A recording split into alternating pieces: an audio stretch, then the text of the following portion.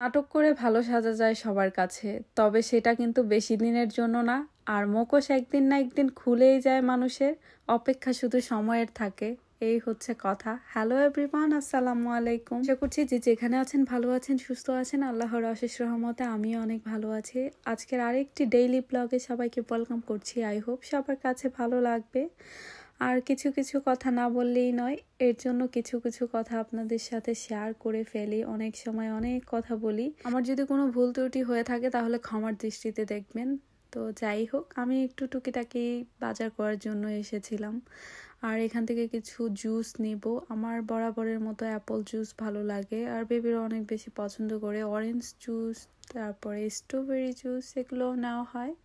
তো এক এক সময় এক একটা নিয়ে যায়, আর বেশি নিয়ে গেলে দেখা যায় যে মানে বাসায় পড়ে থাকে, খাওয়া হয় না, এরকম একটা ব্যাপার। আর অনেক সময় ডেট মানে এক্সপায়ার হয়ে যায়, অনেক খাবার নষ্ট হয়ে যায়।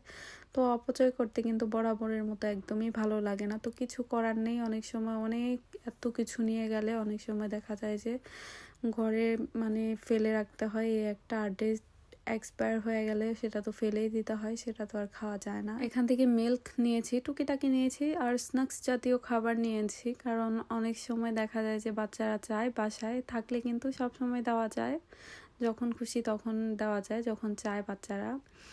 আর কোকোনাট ওয়াটার নেব আমি, আমার কাছে অনেক অনেক ভালো লাগে। আগে দেশে অনেক প্রচুর খাওয়া হতো কোকোনাট ওয়াটার। আর যেহেতু আমাদের বাড়ির মধ্যে অনেক ডাব গাছ ছিল, আমার নানু বাড়িতেও নারিকেল গাছ ছিল, আমার খালামণিদের বাড়িতে, আর আমাদের বাড়িতেও অনেক প্রচুর মানে নারিকেল গাছ ছিল। যখন পাড়ানো হতো একসাথে, মানে আমার দাদু বাড়িতে দাদু যখন ছিল, আর যাদের গাছ মানে সবাই তো এখন আলাদা আলাদা হয়ে গেছে, তো যার যার ভাগে মানে তাদের গাছ পড়েছে। আমাদের বাসার মানে একটাও নারিকেল গাছ পড়েনি। তো যাই হোক, যখন মানে পারতো, তো সবাই মানে ভাগ করে মানে সবাইকে দেওয়া হতো, এই আর কি।